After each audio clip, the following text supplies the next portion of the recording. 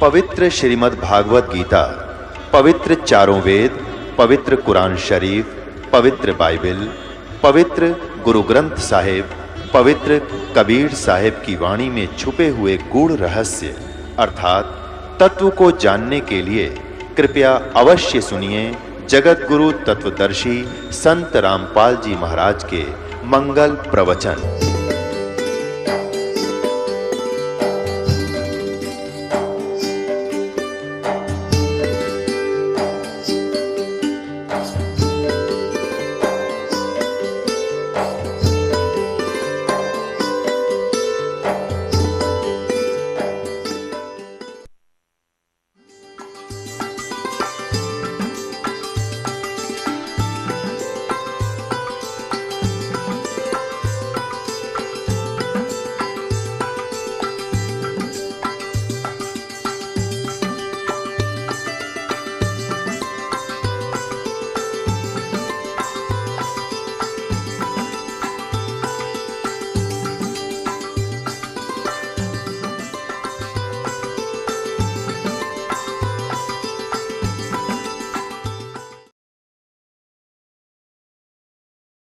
परमात्मा ने कहा, आप भगवान विष्णु जी की पूजा करके कहाँ जाओगे? कि स्वर्ग जाऊंगा, विष्णु जी के लोक में जाऊंगा, वहाँ बहुत सुंदर स्वर्ग बना हुआ है, वहाँ ठाठ से रहूँगा, वहाँ मुझे सुंदर शरीर मिलेगा, वहाँ देवताओं जैसा शरीर मिलेगा, वहाँ सब सुविधाएं हैं, ठाठम ठाठ है।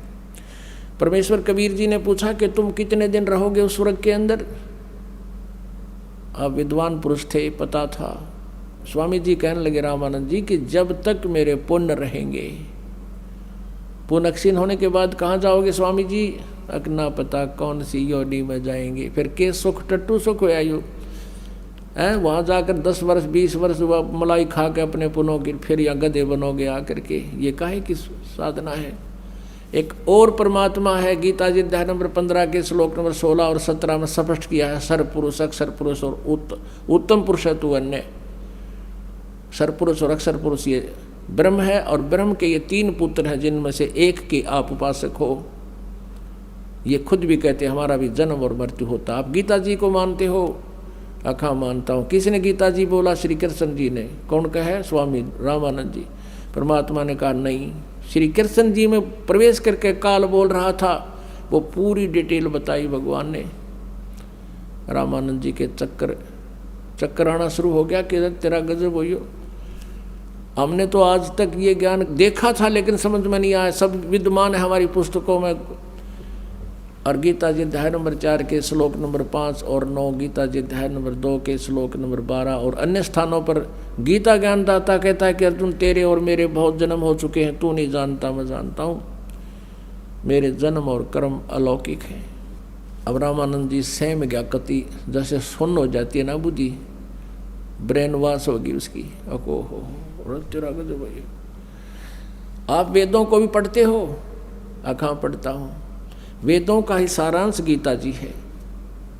आप ओम नमः भागवते वासुदेव नाम जपते हो? हाँ जी। और क्या जपते हो? हरे राम कृष्ण कृष्ण राधे श्याम श्याम श्याम, राधे श्याम सीताराम, राधे राधे श्याम मिला दे, ये सारे बता दिए।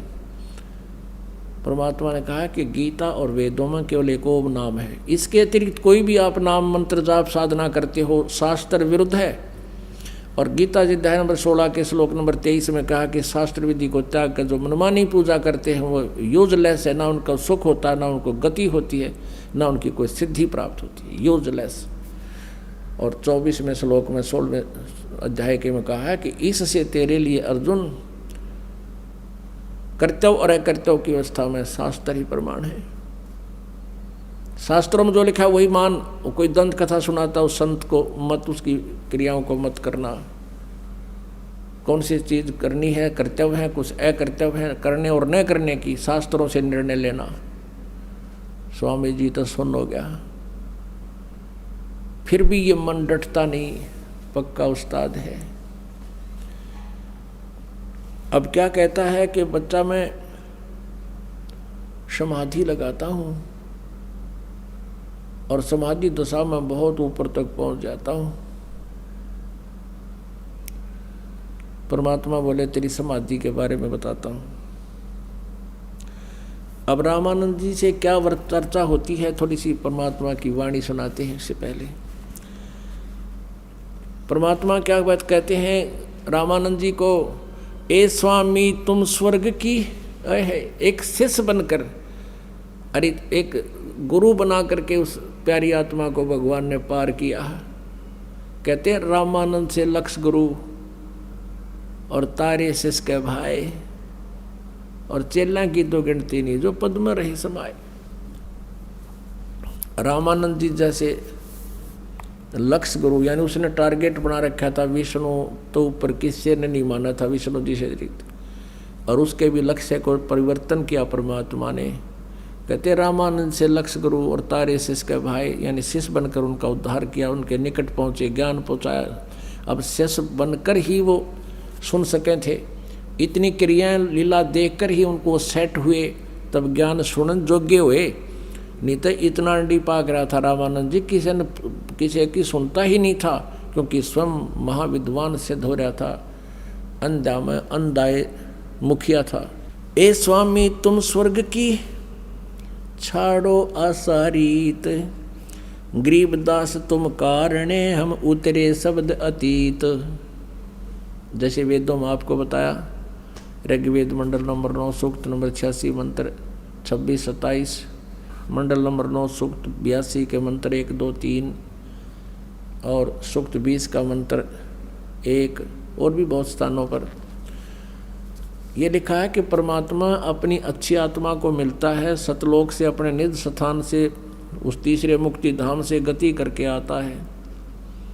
यह वो परमात्मा रेफरेंस बता रहे हैं, अपना क्लियर कर रहे हैं। ए स्वामी तुम स्वर्ग की छोड़ो आसारीत, गरीबदास तुम कारणे हम उतरे शब्द अतीत। तेरे लिए अच्छी आत्मा मैं वहाँ सतलोक से चल कर आया हूँ। रामानंद जी क्या कहते हैं, सुन बच्चा मैं स्वर्ग की कैसे छोड़ूं रीत, गरीबदास गुजरी लगी ही जन्म गया मेरा बीत।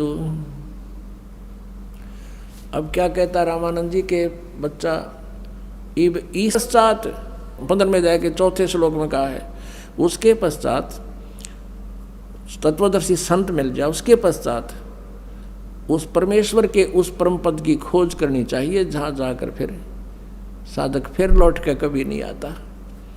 और आप विष्णु लोक में जाओगे स्वामी जी, फिर वापस आओगे, और वो तत्वदर्शी संत मैं हूँ, मैं जगत गुरु हूँ। काफ़ी कुछ समझाया। और कहते हैं, क्या बताते हैं स्वामी जी, 4 मुक्ति बैकुंठ में जिनकी मेरे चाह, मुझे इच्छा है उस स्वर्ग में भगवान विष्णु के लोक में 4 मुक्ति हैं, उनकी मुझे चाह है। परमात्मा ने कहा वो 4 मुक्ति का प्राप्त सुख भी तुम्हारा नासवान है। वो तो मान रहा था, विद्वान पुरुष था, क्योंकि जो समझदार उसको समझाना आसान है। अनाड़ी ने जिसने ना शास्त्रों का पता ना कुछ अपना ज्ञान, और उसको समझाओ तो वो तो ना करया करे, वो तो विरोध ही करता है। लेकिन ये पुण्यात्मा शास्त्र वेद थे, और जो भी स्वामी परमात्मा बताओ थे वो सारी मान्य थे, क्योंकि मालिक की सारी वचन ही सच्चे थे। तो यहाँ कहते हैं, 4 मुक्ति बैकुंठ में जिनकी मोरे चाह, गरीबदास घर अगम की कैसे पाऊँ था। अब यहाँ एक प्रश्न आया था कि सुन बच्चा मैं स्वर्ग की कैसे छोड़ूं रीत, और गरीबदास गुदरी लगी मेरा जन्म गया सब बीत। अब परमात्मा ने कहा कि स्वामी जी जो साधना आप कर रहे हो ये तो यूजलेस है, क्योंकि ब्रह्मा जी, विष्णु जी, शिव जी, रजगुण ब्रह्मा, सतगुण विष्णु, तमगुण शिव जी, ये आन देव में आते हैं, अन्य देवता में। और गीता जी में स्पष्ट लिखा है 12 से लेकर 15 और 20, 21, 22, 23 तक, जो इन अन्य देवताओं की पूजा करते हैं वो बुद्धिहीन व्यक्ति अपना जीवन नष्ट करते हैं। स्वामी जी तो पता था उनको, कहाँ ऐसा ही लिखा है। ये तो आपके जन्म मृत्यु से रहित कर नहीं सकती, और इस साधना को असंग जन्म आपको करते होगे, स्वर्ग में गए, राजा बने, देव बने, फिर आए, ये चक्कर मिटा नहीं। और जो ये साधना मैं बताऊँ, ये दास बताएगा आपका, इसको स्वीकार करो, आपका कल्याण होगा। तो रामानंद जी का समस्या पैदा होगी कि कहीं मैं आपकी साधना प्रारंभ करूं, पिछली मेरी नष्ट हो जाए और कल मेरी मृत्यु हो जाए, मेरा क्या होगा। परमात्मा ने कहा कि मृत्यु भी मेरे हाथ में होगी तेरी, जब तू कहेगा अपनी स्वेच्छा से, जब तेरी मृत्यु होगी, मृत्यु निकट नहीं आवेगी। और कहते हैं जीवन तय थोड़ा ही बला जय सत्य सुमरण हो, और ये लाख वर्ष का जीवना लेख नहीं कोई। ये पिछला तो तेरा व्यर्थ हुआ और उससे तुझे लाभ होना नहीं, सारा परिचित करवा दिया परमात्मा ने कि इंद्र कुबेर ईश की पदवी ब्रह्मावरण धर्मराया, विष्णुनाथ के लोक को जाकर तो फिर जन्म मरण में आया। तो व्हाट इज यूज, वो समझ गया कहा कोई लाभ नहीं इसका। अब समस्या रही कि तेरी मृत्यु की, मृत्यु नहीं होगी जब तक मैं नहीं कहूँगा। 150 वर्ष तक जीवे थे रामानंद जी। फिर मालिक की कृपा से आगे उसको आगे सुनाते हैं। 4 मुक्ति बैकुंठ में जिनकी मेरे चाह, गरीबदास घर अगम की मैं कैसे पाऊँ था। हेम रूप जहाँ धरती है रत्न जड़े बहु शोभे, कह रामानंद बैकुंठ को तन मन मेरा लोभे। अपनी जो पहली सोच थी, टारगेट था, उद्देश्य था, वहाँ किस लिए जा रहा हूँ कि वहाँ स्वर्ग में ठाठ से रहूँगा, वहाँ विष्णु जी के लोक की सफ़ेद धरती है और वहाँ बड़े बैकुंठ सुंदर है। शंख चक्र गदा पद्म है ये मोहन मदन मुरार, गरीबदास मुरली बाजे उस स्वर्ग लोक दरबार।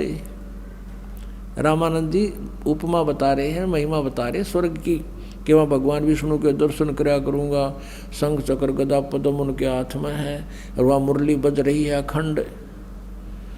परमात्मा बोले जब तेरे ये शंख चक्र पद्म वाला ही मरेगा फिर किस न देखोगे। यहाँ लगते हैं फिर वो स्विच साफ हो जा। रामानंद जी ने कर दिया, बात तो ठीक है तेरी। तो उस अविनाशी को देखो जहाँ जिसको सदा आप देख सको, और उस अविनाशी का मार्ग लेकर ये दास आया है। वो स्वयं परमात्मा थे लेकिन यहाँ डबल रोल कर रहे थे, क्योंकि 5 वर्ष के बालक में अरे भगवान गणे दिन हमारा दौरा रह जा, पास रह जाओ ना, हम उसमें भी रिजेक्ट करने लग जा, हमारी सी कंडेम बुद्धि है। इसलिए परमात्मा ने कुछ छुपा कर कभी साची साची बता के और इस काल के जाल को समझाया। रामानंद जी उपमा बता रहे हैं, स्वर्ग में दूधों की नदियां बहें वह श्वेत वृक्ष शोभाने, गरीबदास मंदल मुक्ति ही स्वर्गापुरी स्थान। रत्न जड़ाऊ मनुष्य हैं गण गंधर्व सब देवे, गरीबदास उस धाम की मैं कैसे छोड़ूं सेवे।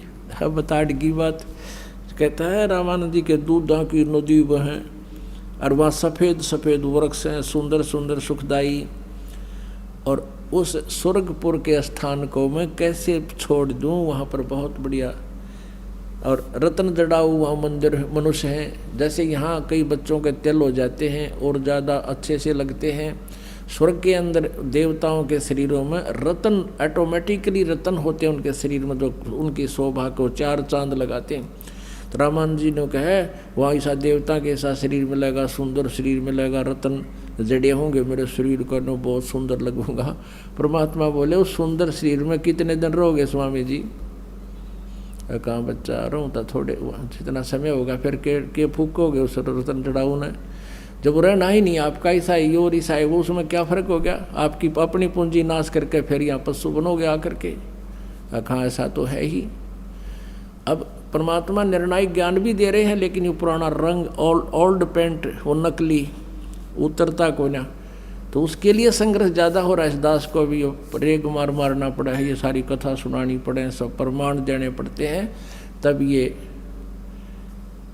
ओरिजिनल पेंट आपके ऊपर ऐसा हो जाएगा, फिर दूसरा नहीं चढ़ेगा इस पर। अब क्या बताते हैं, रग यदु श्याम अथर्वण ये गाँव है 4 वेद, गरीबदास घर अगम की कैसे जानो भेद। 4 मुक्ति चितवन लगी कैसे बच्चों ताहे, गरीबदास गुप्तार गति हमको जो समझाए। स्वर्ग लोक बैकुंठे है या से परे ना ओरे, गरीबदास 6 शास्त्र और 4 वेद की दौड़े। आह क्या बताते हैं कि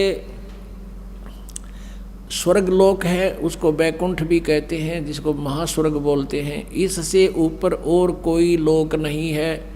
हमने चारों वेदों और 6 शास्त्रों में जो भी वर्णन है, उन वेदों में इससे आगे जानकारी नहीं है। परमात्मा ने कहा कि तुमने वेदों के ये मंत्र भी नहीं पढ़े। वेद कहते हैं उस परमात्मा की वास्तविक स्थिति को तत्वदर्शी संत बताते हैं। गीता जी अध्याय नंबर 4 के श्लोक नंबर 34 में, क्या ये भी आपने नहीं पढ़ा स्वामी जी, कि उसमें बताया कि उस परमात्मा की स्थिति को तत्वदर्शी संत बताएगा। तो इससे सिद्ध है कि जिन वेदों को तुमने पढ़ा उनको समझा ठीक नहीं, और ठीक ना समझने से उसका निष्कर्ष गलत निकाला हुआ है। आप जी वेदों को घोट रखा आपने वेदों को समझा नहीं। आप निराकार बता रहे हो परमात्मा को, और परमात्मा उसमें नर आकार बताया है। मनुष्यवत अग्नि नरवत महान इंद्र, मनुष्य जैसा परमात्मा अग्नि तनुरसी विष्णुवेतवा सोमस्य तनुरसी 5वें अध्याय के यजुर्वेद के प्रथम मंत्र में। अब वो तो घोट रखी थी उसने, सारी संस्कृत तो याद थी, अर्थ मालिक ने बता दिए। 2 मिनट में सक्रिय सीधे हो गए सब, वह सक्रिय ने उल्टी कर रखी थी, सारा ठीक हो गया। अब क्या बताते हैं, 4 मुक्ति चितवन लगी कैसे बचूं ताही, गरीबदास गुप्तार गति हमको दो समझाए। नारद ब्रह्मा जिसे रटें और गाँव शेष गणेश, रामानंद के बैकुंठ से और परे को देश। हमने तो ये पता ही नहीं था कि इससे आगे भी कोई देश है, कोई ऐसा स्थान है जहाँ पर जन्म मृत्यु समाप्त होती है। 88 जिसे जपें और 33 से वे, गरीबदास जासे परे और कौन है देव। जिस भगवान की पूजा 88,000 ऋषि 33 करोड़ देवता करते हैं, उससे आगे और कौन भगवान है हमें पता नहीं। परमात्मा कहते हैं सुर नर मुनि जन 33 करोड़ी, ये बंदे सभी काल की डोरी। ये तो काल की पूजा कर रहे हैं सभी। अब क्या बताते हैं, सुध स्वामी निज मूल गति कै समझाऊं तो है, गरीबदास इस भगवान को ये राख्या जगत समोहे। इस काल भगवान ने सबको सम्मोहित कर रखा तुम्हारे को। ये झूठे लालच दे के ये तेरा बेटा, ये तेरी बेटी, ये तेरी कार, ये तेरी कोठी, और कल मृत्यु कर देता है। कहता चल आगे, यहाँ तेरा कुछ नहीं, सब मेरा ही है। तेरे को मूर्ख बनाने के लिए इस काल ने ऐसा कर रखा है, तुम्हारे को सम्मोहित कर रखा है।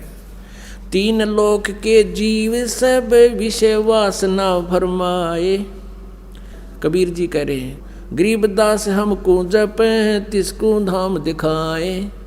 परमात्मा कहते हैं 3 लोक के जीव सब विषय वासनाओं भरमा रखे हो। तेरे अंदर वासना है, तेरी इच्छा है कि मैं स्वर्ग में जाऊंगा, देवता बनूंगा, ठाठ करूंगा, और फिर मृत्यु होगी, वह याद कोई ना, फिर गधा बनेगा। और कहते हैं उस लोक को, उस स्थान को, उस भगवान को मैं दिखा सकता हूं जो हमारा जाप करें। गरीबदास हमको जपें, कबीर साहब कह रहे हैं जो हमारा भजन करेंगे, तिसको धाम दिखाएं, उसको वो धाम दिखा देंगे जहाँ पर जाने के बाद फिर लौट कर कभी नहीं आना होता। जो देखेगा धाम को सो जानत है मुझे, जो मेरे को वहाँ देख लेगा सतलोक में, वो मुझे मान लेगा I am God, Kabir is God. Garibdas तो से कहूँ सुन गायत्री गुज, कि ये एक सार बता देता हूँ स्वामी जी, मैं कितनी बात बता दूँ तेरे ताई, और आपका कति यकीन नहीं हो कि मैं भगवान हूँ। आप मुझे मेरे उस धाम ने देख लोगे सतलोक ने, तब मुझे मान जाओगे आई एम गॉड। क्योंकि आपने भगवान की डेफिनेशन ही उलट समझ रखी है। इस काल ने आपको विपरीत परिभाषा बता रखी। फिर क्या बताते हैं, कृष्ण विष्णु भगवान को ये जड़ाए हैं जीवे, गरीबदास त्रिलोक में ये काल कर्म शिरसी।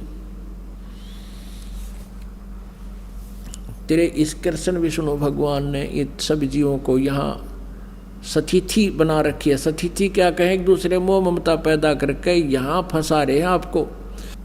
गीता जी अध्याय नंबर 14 के श्लोक नंबर 1 से लेकर 5 में ये स्पष्ट किया है काल ने, 3 से लेकर 5 में कहा कि प्रकृति मेरी पत्नी है दुर्गा और मैं इसके पेट में बीज स्थापित करता हूँ, इससे सब जीवों की उत्पत्ति होती है। और ये तीनों गुण, रजगुण ब्रह्मा, सद्गुण विष्णु, तमगुण शिव जी, इन सभी जीव आत्माओं को कर्म आधार पर यहाँ शरीर में फंसा कर रखते। अब कबीर जी बता रहे हैं, गरीबदास चित्रण कर रहे हैं कि कृष्ण विष्णु भगवान को ये जड़ाए हैं जीवे, गरीबदास त्रिलोक में ये काल कर्म और सीवे। पौमी धरणी आकाश थंब ये चलसी चंद्र सूर्य, चंद्रमा और सूरज भी नाश होगा। गरीबदास रजबीरज की फिर कहाँ रहेगी धूरे, तारायण त्रिलोक सब ये चलसी इंद्र कुबेरे। गरीबदास सब जात हैं तेरे स्वर्ग पतालु सुमेर, सुमेरु जिस पे देवताओं की नगरी है, कहते वो विनाश होगा। 4 मुक्ति बैकुंठ बटे फना हुई कई बारे, फना माने नाश हुई। ये तुम्हारे बैकुंठ 4 मुक्ति था शंकर कितनी बार नष्ट हो ली। गरीबदास सतलोक को ना जाने संसारे, वो सतलोक को ये संसार नहीं जानता। कहो स्वामी कित रहोगे जब 14 भवन बिहंड, इन 14 भवन का नाश होगा जब कहाँ रहोगे। गरीबदास बीजक कहा ये चले प्राण और पिंड, सुन स्वामी एक शक्ति है अर्धंगी ओंकार। गरीबदास बीजक कहा ये अंतलोक श्रृंगार, जैसे का तैसा रहे वो परलोफना प्राण। गरीबदास उस शक्ति को हूँ बार बार कुर्बान। अब कहते हैं वो स्थान जहाँ कभी नाश नहीं होता, ज्यों का त्यों रहता है, उसको प्रणाम कर, उसको स्वीकार कर।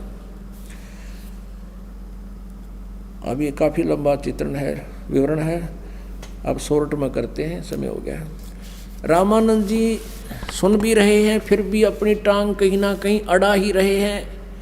क्या कहते हैं, बच्चा मैं ध्यान लगाता हूँ और बहुत दूर तक मेरी समाधि पहुँच जाती है। परमात्मा बोले स्वामी जी एक बार आप ध्यान लगाइए और पहुँचिए। कहाँ तक जाते हो, मैं देखता हूँ आपका कहाँ तक पहुँच है। अब अभ्यास था, समाधिस्थ हो गए और कहते हैं योग युक्त प्राणायाम कर जीत्या सकल शरीर। रामानंद जी ने त्रिवेणी के घाट में ये अटक रहे बलबीर। आगे जाके त्रिवेणी 3 रास्ते बन जाते हैं और आप जंगल में अकेले जा रहे हो, 2 रास्ते भी हो जाना, कन्फ्यूज हो जाता आदमी, और वहाँ 3। अब वहाँ खड़ा हो गया, इससे आगे नहीं जा सकते जब तक मृत्यु नहीं होगी। त्रिवेणी तक पहुँच सकते हैं। ये परमात्मा साथ दिखाई दिए वो 5 वर्ष के बालक रूप में जो सामने खड़े थे, और कहा स्वामी, जैसे स्वप्न में बात हो, कहा स्वामी जी आपका रास्ता ये है, लेकिन अभी आप नहीं जा सकते, आपकी मृत्यु होगी, उसके उपरांत इस रास्ते से जाओगे, लेफ्ट वाले को। और ये जो सामने वाला रास्ता है ये ब्रह्मरंध्र को जाता है, ये ऊपर काल के ब्रह्मलोक में, ब्रह्मलोक को पार करके उसमें आगे जाता है। और ये लेफ्ट वाला है, ये इधर ऋषियों की उन सुमेरु पर्वत की साइड में जाता है। आपकी साधना भगवान विष्णु वाली है, आप इस सुरंग में जाओगे, ये गुफा है एक आगे सीधी, आगे इस गुफा के अंदर सभी नगर इनके ऑफिस बने हुए। सबसे पहले धर्मराज का लोक होगा, न्यायाधीश का, वो आपका निर्णय करेगा कितने पुण्य हैं कितने पाप हैं, कहाँ की साधना है, किस लोक में तो उद्देश्य था तेरा, तो आप फिर आगे चले जाओगे वहाँ अपना अकाउंट करा के। फिर आप जाओगे एकदम नीचे विष्णु जी के लोक में जाओगे और फिर वो वाल बंद हो जाएगा आपका, वापस नहीं आ सकते। वहाँ जैसे भी आपके कर्म होंगे वहाँ विष्णु लोक में रहोगे, समय जितना आपका पुण्य का रहेगा वहाँ तक रहोगे, फिर उसके बाद 84 लाख होंगे वहाँ। और देखो ये सामने का रास्ता आप अपने मंत्र से खोल के देखो, ब्रह्मरंध्र का सामने का ये रास्ता, ये गेट तुम्हारे से नहीं खुलेगा वाल। रामानंद जी ने सारे मंत्र बोल लिए, हरे कृष्ण हरे राम सीता सीता राधे श्याम और ओम रोम ओम भगवते वासुदेव नमः। वो सामने का रास्ता नहीं खुला ब्रह्मरंध्र वाला, तो परमात्मा ने कहा मैं खोल के दिखाऊं, मेरे पास वो मंत्र है जिससे ये रास्ता खुल सकता है। परमात्मा ने सतनाम जाप किया, अंदर ही अंदर बताया नहीं उसको, और सुमन करते ही वो एकदम कपाट खुल गए। रामानंद जी की आत्मा को लेकर ऊपर गई। वहाँ दिखा कि ये हो निराकार, ये काल तुमको निराकार बताते हो, जिसको ये बैठा है ये ब्रह्म 1,00,000 मानव शरीरधारी प्राणियों का ये निताहार करता है, ये तुम्हारा भगवान है। ये कभी शिव रूप धारण कर लेता है, कभी अपने पुत्र विष्णु का रूप धारण कर लेता है, कभी अपने पुत्र ब्रह्मा जी का रूप धारण करके दुनिया को भ्रमित करता है, और तुम इन्हीं को प्रभु मान रहे हो। फिर परमात्मा वहाँ से लेकर सतलोक में पहुँचे उस आत्मा को, रामानंद जी वाली आत्मा को। वहाँ सतलोक में जाकर के परमात्मा का दूसरा स्वरूप एक बहुत बड़े गुम्मट, एक बहुत बड़े स्तूप के अंदर, गुम्बज के अंदर, और बीच में सिंहासन मालिक का बहुत बड़ा गुम्बज है, बहुत बड़ा, और उसके बीच में परमात्मा एक सिंहासन पर विराजमान है, सिर पे मुकुट है। और परमात्मा कबीर जी जो 5 वर्ष के बालक में गए थे, वहाँ से एक चंवर रखा था, चंवर उठा चौर करने लगे अपने ही दूसरे रूप पर। अब रामानंद जी ने सोचा कि ये है वो परम अक्षर ब्रह्म, अविनाशी परमात्मा, उत्तम पुरुष है तू अन्य, ये है वो उत्तम पुरुष है तू अन्य। लेकिन ये कबीर तो यहाँ का कोई देवगण होगा, यहाँ का नौकर सेवक होगा। ये सोच ही रहे थे स्वामी जी। इतने में वो तेजो में शरीर खड़ा हुआ, और कबीर परमेश्वर 5 वर्ष के बालक वो सिंहासन पर विराजमान हो गए। खड़ा होकर के चंवर लेकर के कबीर 5 वर्ष के बालक पर सिंहासन पर बैठे पर चंवर करने लगे। अब रामानंद जी ने सोचा कि ये परमात्मा इस 5 वर्ष के बालक पर चंवर कर रहा, बात समझ में नहीं आई। इतने में वो तेजो में शरीर जो खड़ा था, जिसके एक रोमकूप में करोड़ सूर्य मिला दे करोड़ चंद्रमा, इतनी रोशनी है सतपुरुष की, वो रूप कबीर जी के 5 वर्ष वाले बालक के शरीर में समा गया, वहाँ अदृश्य हो गया, उसके अंदर प्रवेश करके, और असंग ब्रह्मांड के कंट्रोलर के सिंहासन पर वो परमात्मा कबीर जी विराजमान है, 5 वर्ष के बालक के। ओहो, अब रामानंद जी ने सारी बात समझ में आ गई कि यो तो परमात्मा पूर्ण ब्रह्म है, परम अक्षर ब्रह्म स्वयं है, ये दानक रूप में, कबीर दुल्हा रूप में। ओए होए, देख मेरे किसे भाग फूट गए, मैं भगवान से विवाद करता रहा। अब परमात्मा ने कहा कि स्वामी जी जाओ नीचे, अब नीचे जाओ। अब वहाँ देखा सारे ठाठ बाट।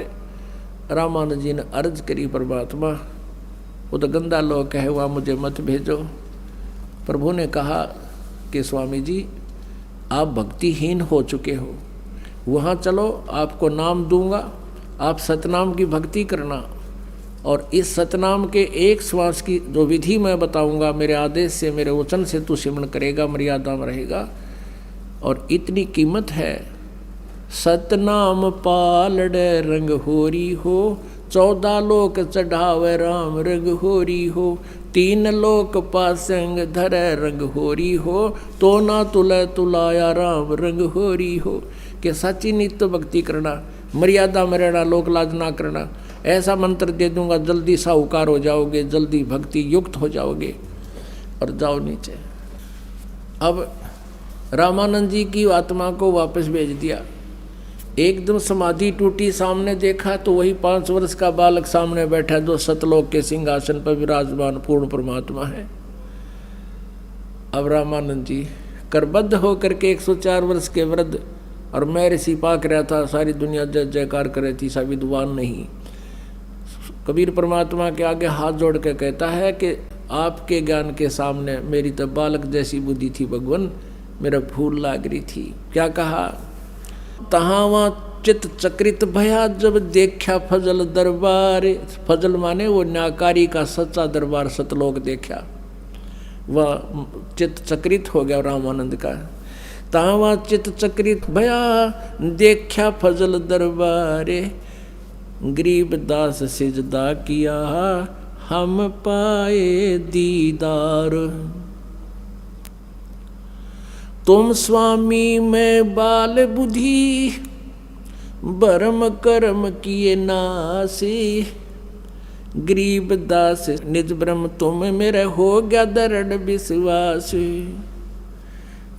तुम स्वामी में बाल बुद्धि, रामानंद जी कहते तुम मेरे मालिक गुरु अब शिष्य को, स्वामी को स्वामी कह रहा सचमुच कि तुम स्वामी में बाल बुद्धि भरम कर्म किए नासे, गरीबदास निज ब्रह्म तुम मेरा हो गया दृढ़ विश्वास। तू ही वो निज ब्रह्म है, तू परम अक्षर ब्रह्म है, सचमुच सही भगवान तू है, वो उत्तम पुरुष है, तो तू ही है, आप हो मेरे मालिक।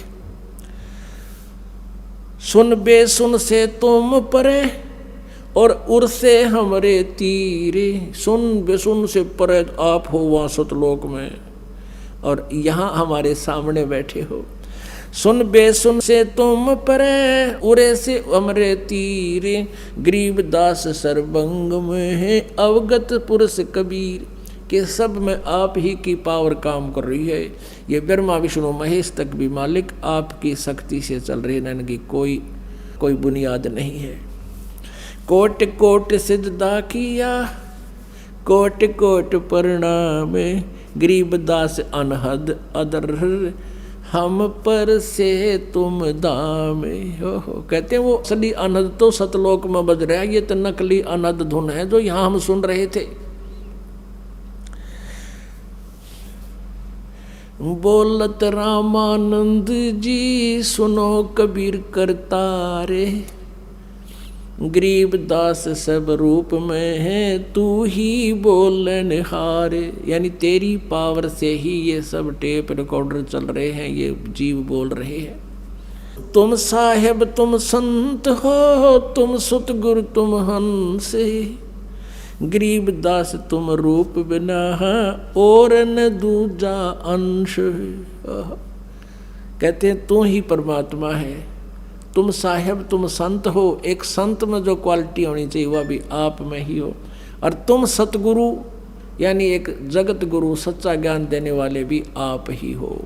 और तुम ही हंस यानी एक भक्त में एक शिष्य में जो गुण होने चाहिए, अधीनता विनम्रता और संग्रह ना करने की जो नीयत, सब कुछ वो गुण क्वालिटी मालिक आप में ही हो। तुम साहेब तुम संत हो, तुम सतगुरु तुम हंस, गरीबदास तेरे रूप बिना और न दूजा अंश। मैं भगता मुक्ता भया, मैं आपका भक्त। ओहो 104 साल का वृद्ध 100 महर्षि पाक रहा था, जय जयकार हो रही थी। 1400 चेले बना रखे थे जो आगे प्रचार कर रहे थे, तहलका मचा रखा था। आज उस पुण्यात्मा पर मेहर होगी दाता कि वो काल के जाल में फंसा पड़ा था, अपनी भक्ति भी गलत थी और भी काल का दूत बन करके सबको भ्रमित कर रहा था, वो पाप का भागी बन रहा था। उसी दिन से रामानंद जी ने सबको कह दिया कि मैं किसी का गुरु नहीं हूँ, और तुमने गुरु बनाना है तो कबीर धाणक को गुरु बना लो ब्राह्मणों, नहीं तुम्हारा विनाश होगा। अब उस रामानंद की कोई नहीं मानना कि बुद्धि भ्रष्ट होगी, बुढ़ापे में दिमाग चाल गया इसका, देख धाणक के छोरे ने भगवान बतावे, और वो क्यों कर मानो आँखें देख रहा। मैं भगता मुक्ता भया और किया कर्म कुंद नासे, गरीबदास अवगत मिल गए मेरी मिट गई मन की बांस। मन की भटकना या बकवाद सारी खत्म होगी, मेरे तक कुछ संशय रहा नहीं।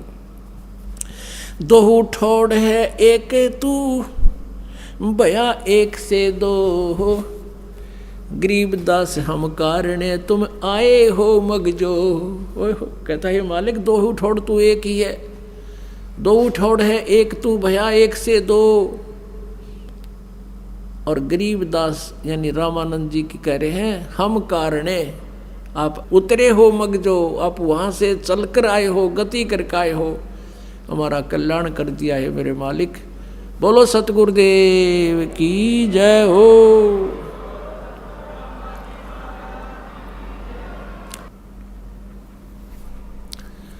परमपिता परमात्मा पूर्ण ब्रह्म सारी सृष्टि के रचनहार कुल मालिक कबीर देव जी के इस पृथ्वी पर आगमन के उपलक्ष्य में, परमात्मा के यहाँ सतलोक से चलकर आने के उपलक्ष्य में ये 5 दिवसीय सत्संग समारोह चल रहा है। धन भाग हैं आपके बहुत ही पुण्य है आप जी के जो परमात्मा के इस सत्संग समारोह में आप उपस्थित हुए। आप जी को सत्यनारायण कथा सुनने को मिलेगी। आप जी को महसूस होगा कि हम किस लिए जी रहे थे, हमने जीने का टारगेट क्या बना रखा था और हमने जीने का उद्देश्य बनाना क्या चाहिए था। सत्संग में आने से जीव को ज्ञान होता है। सत्संग के अभाव से ये प्राणी अपना अनमोल मनुष्य जीवन नष्ट कर जाता है। स्वयं परमेश्वर कबीर देव जी ने, उस पूर्ण ब्रह्म ने, परम अक्षर ब्रह्म ने आकर के अपने द्वारा रची हुई सृष्टि का यथार्थ ज्ञान दिया। उसी परमेश्वर के इस तत्व ज्ञान से हमें पता चला कि हम काल के जाल में फंसे हुए हैं। हमारे मारने और यहाँ जन्म देने के पीछे किसका हाथ है, ये सब जानकारी आप जी को इस परमात्मा के तत्व ज्ञान से ही प्राप्त हुई है, होगी।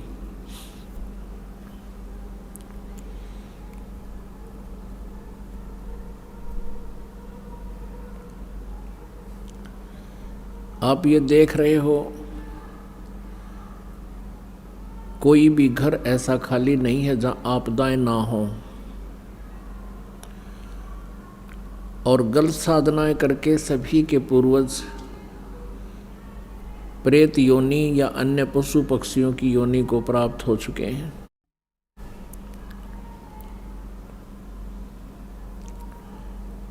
इसके पीछे इसका कारण जो है ये अज्ञान है, नकली गुरु हैं, तत्व ज्ञानहीन ये संत हैं जिन्होंने परमात्मा को पहचाना नहीं, समझा नहीं, सदग्रंथों को भी ठीक से नहीं जाना। ये जितने भी गुरु पद पर विराजमान हैं ये आध्यात्मिक टीचर हैं, आध्यात्मिक अध्यापक हैं, और अध्यात्म का ये जितने भी सदग्रंथ है ये एक सिलेबस है। पवित्र चारों वेद, पवित्र श्रीमद् भगवत गीता, पवित्र 18 पुराण, पवित्र कुरान शरीफ, पवित्र गुरु ग्रंथ साहिब, पवित्र बाइबल। इन सदग्रंथों को भी प्रत्येक धर्म के जो टीचर अब वर्तमान के हैं ये बिल्कुल ही नहीं समझ सके, और जिन महापुरुषों ने इन ग्रंथों की रचना की उनके बाद भी इनको समझने वालों का अभाव ही रहा। आज सुबह के सत्संग में आप जी सुन रहे थे कि एक महर्षि रामानंद जी, जिनका बोलबाला था, जो सुप्रसिद्ध थे कि चारों वेदों के मर्मज्ञ ज्ञाता हैं, पुराणों के मर्मज्ञ ज्ञाता हैं, श्रीमद् भगवत गीता का सारांश वही बता सकते हैं। पूरे भारतवर्ष में सुप्रसिद्ध थे, 1400 शिष्य बना रखे थे जो आगे उनके द्वारा निकाले सदग्रंथों के निष्कर्ष के आधार से उनके ही शिष्य प्रचार किया करते थे। जब परमात्मा के यथार्थ ज्ञान से वो परिचित हुए, परमेश्वर कबीर देव जी ने उनको यथार्थ ज्ञान समझाया और अपने सतलोक के दर्शन कराए, और वहाँ अपनी समर्थता से, सामर्थ्य से परिचित कराया। उसके बाद स्वामी रामानंद जी ने कहा था कि तुम स्वामी में बाल बुद्धि और कर्म भरम कियो नाश, गरीब दास निज ब्रह्म तुम, मेरा हो गया दृढ़ विश्वास। तब उस 104 साल के वृद्ध ने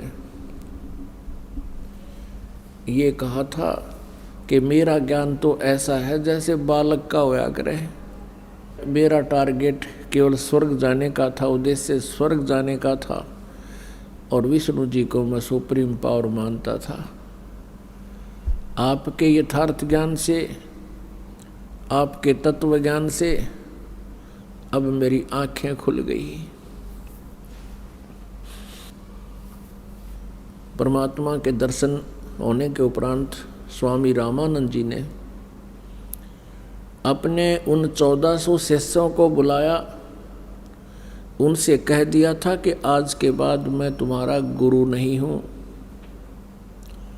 मुझे कोई ज्ञान नहीं सद्ग्रंथों का, मैं अपना जीवन, अपना उद्देश्य, अपनी भक्ति विधि अब परिवर्तित कर रहा हूँ, चेंज कर रहा हूँ। और आप जी से भी प्रार्थना करता हूँ कि आप भी इसका गहनता से विचार करके, और ये स्वयं परमेश्वर आए हुए हैं कबीर जी, इनसे ज्ञान ग्रहण करो, दीक्षा ले लो। लेकिन ये महिमा की भूख है। पुण्यात्माओं, जो भी अच्छी आत्माएं हैं ये भगवान के लिए निकलती हैं, परमात्मा के लिए तड़फते हैं। इनको फिर ऐसे गुरु मिलते रहे जिनके पास कोई ज्ञान था नहीं, और फिर उनको वो आगे अपना जो है सबॉर्डिनेट बना देते रहे। सबॉर्डिनेट बनाने के बाद फिर वो आगे फिर अपने अपने शिष्य अलग से बना लेते हैं। वो प्रभुता की चाह उनसे छूटी नहीं। और रामानंद वो ब्राह्मण थे, और ब्राह्मण वाला कर्म उन्होंने किया। ब्राह्मण सोए जो ब्रह्म पहचाने हैं।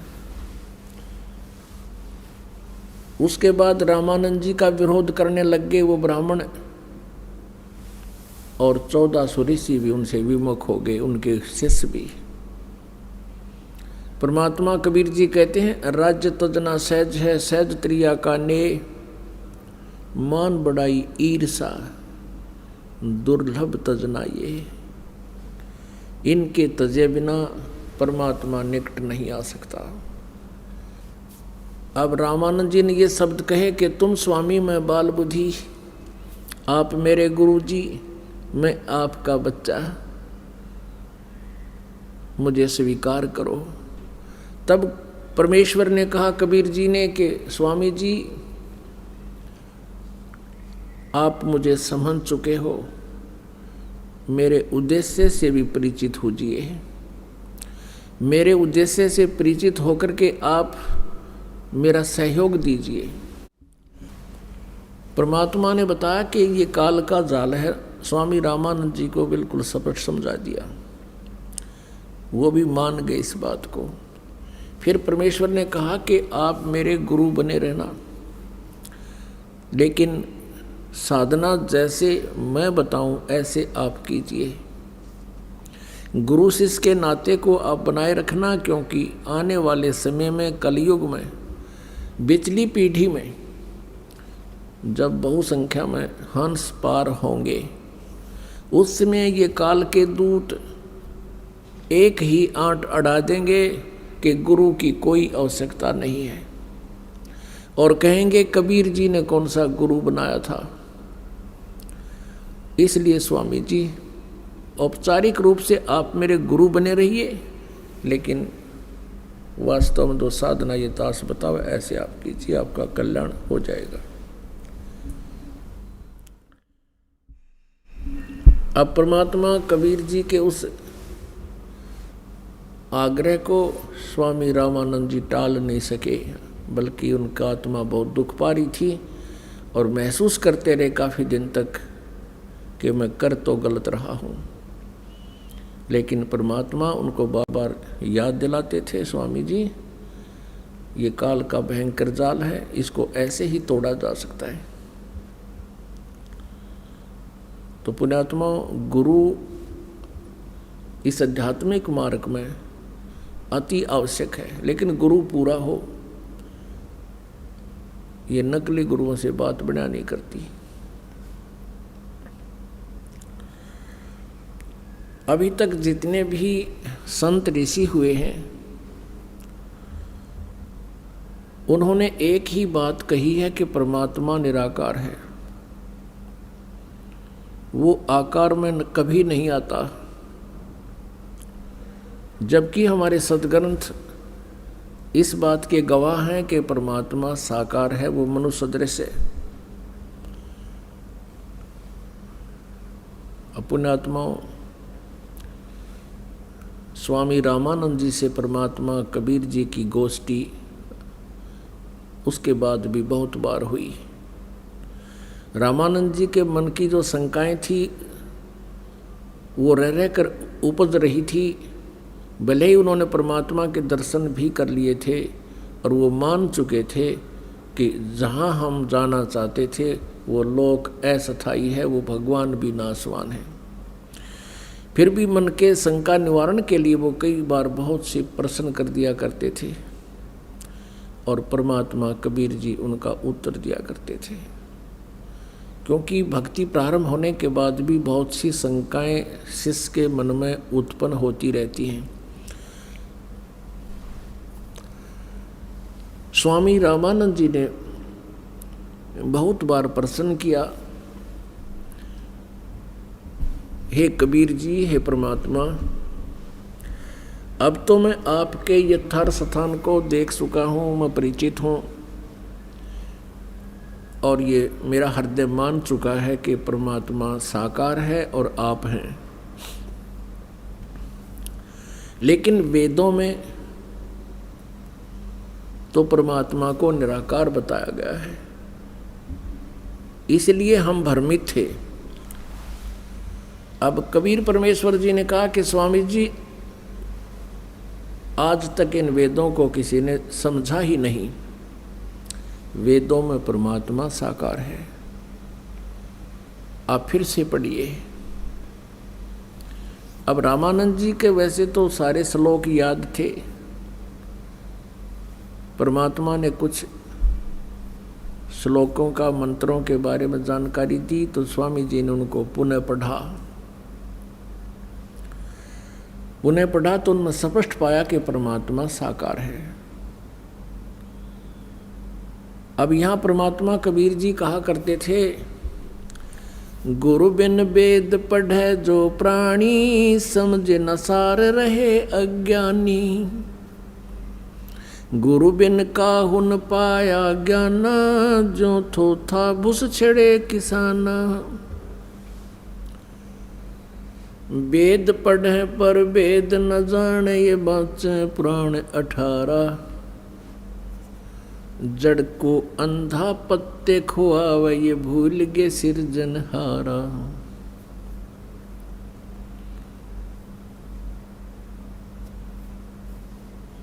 अपनात्माओं, हमने सबसे पहले अपने इस मार्ग में जो शंकाएं आती हैं भक्ति मार्ग में, इनका निवारण करना चाहिए।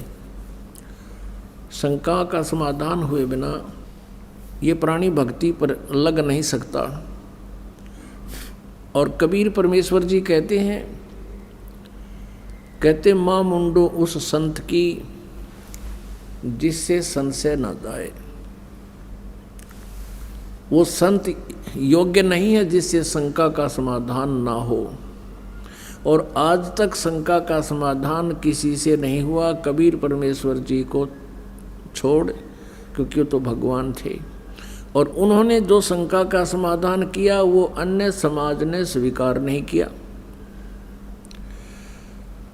तो परमात्मा को समझने के लिए कबीर परमेश्वर जी ने स्वामी रामानंद जी को सृष्टि रचना सुनाई। अब यदि ये सृष्टि रचना स्वामी जी को पहले सुनाते परमात्मा, तो वह तो फिर अपने आप को बहुत विद्वान समझते थे और इस परमात्मा की सृष्टि रचना को, यानी इस कथा को, वो मात्र एक बनावटी कहानी समझते हैं। अब स्वामी रामानंद जी परमात्मा को सतलोक में देख चुके थे, तब परमेश्वर ने उनको सृष्टि रचना का ज्ञान दिया, जैसे धर्मदास जी को दिया अपनी प्यारी आत्मा को। ऐसे ही ज्ञान परमात्मा ने प्रत्येक उस पुण्यात्मा को दिया जिससे वो आकर विशेष रूप से मिले। वैसे तो परमेश्वर के 64 लाख शिष्य थे। उस समय जब परमात्मा कबीर जी सन 1398 में प्रकट हुए, सन 1518 में 120 वर्ष रह करके एक सहशरीर चले गए। वो 64 लाख का जो समूह था वो परमात्मा को पहचान नहीं सका। वो 64 लाख केवल इसी आधार से शिष्य बने थे। वो महादुखी थे और फिर सुखी हो गए। परमात्मा के पास आते ही, कबीर जी के पास आते ही उनके सैकड़ों सुख उनको प्राप्त होने शुरू हो गए। उनकी बहुत सी आपदाएं केवल दर्शन मात्र से, कुछ आशीर्वाद से, और फिर परमात्मा उनको भक्ति की विधि बताते थे। उस भक्ति से उनके संकट निवारण होने लगे, जिस कारण से वो 64 लाख शिष्य हो गए। और 64 लाख को बहुत लाभ हुआ, भक्ति भी उन्होंने मिली और संसारिक सुख तो गिनती ही नहीं थी। लेकिन कुछ एक हंस थे, जैसे आदरणीय धर्मदास साहिब जी, आदरणीय नानक साहिब जी, आदरणीय मलुकदास साहिब जी, आदरणीय गरीबदास साहिब जी, आदरणीय दादू दास साहिब जी, आदरणीय घीसा दास साहिब जी। ये वो पुण्य आत्मा थी, ये वो श्रेष्ठ आत्मा थी जिनको परमात्मा विशेष रूप से आकर मिले। और ऐसी आत्माओं को वो प्रत्येक युग में मिलते हैं, ऐसा विधान है विधि का। उसी आधार से अपने स्वभाववश वो परमात्मा इन पुण्यात्माओं को मिले और उनको मिलकर के अपने यथार्थ ज्ञान की जानकारी दी। और उन महापुरुषों ने फिर ढोल के डंके पर उस परमेश्वर की महिमा का आगे गुणगान किया। और जो वो 64 लाख शिष्य थे वो विद्वान नहीं थे, वो भक्तिहीन प्राणी थे, उनको केवल संसारिक सुख की चाह थी। तो परमात्मा ने सोचा था कि ये इस लालच में ही कुछ भक्ति की साधना भी कर जाएंगे।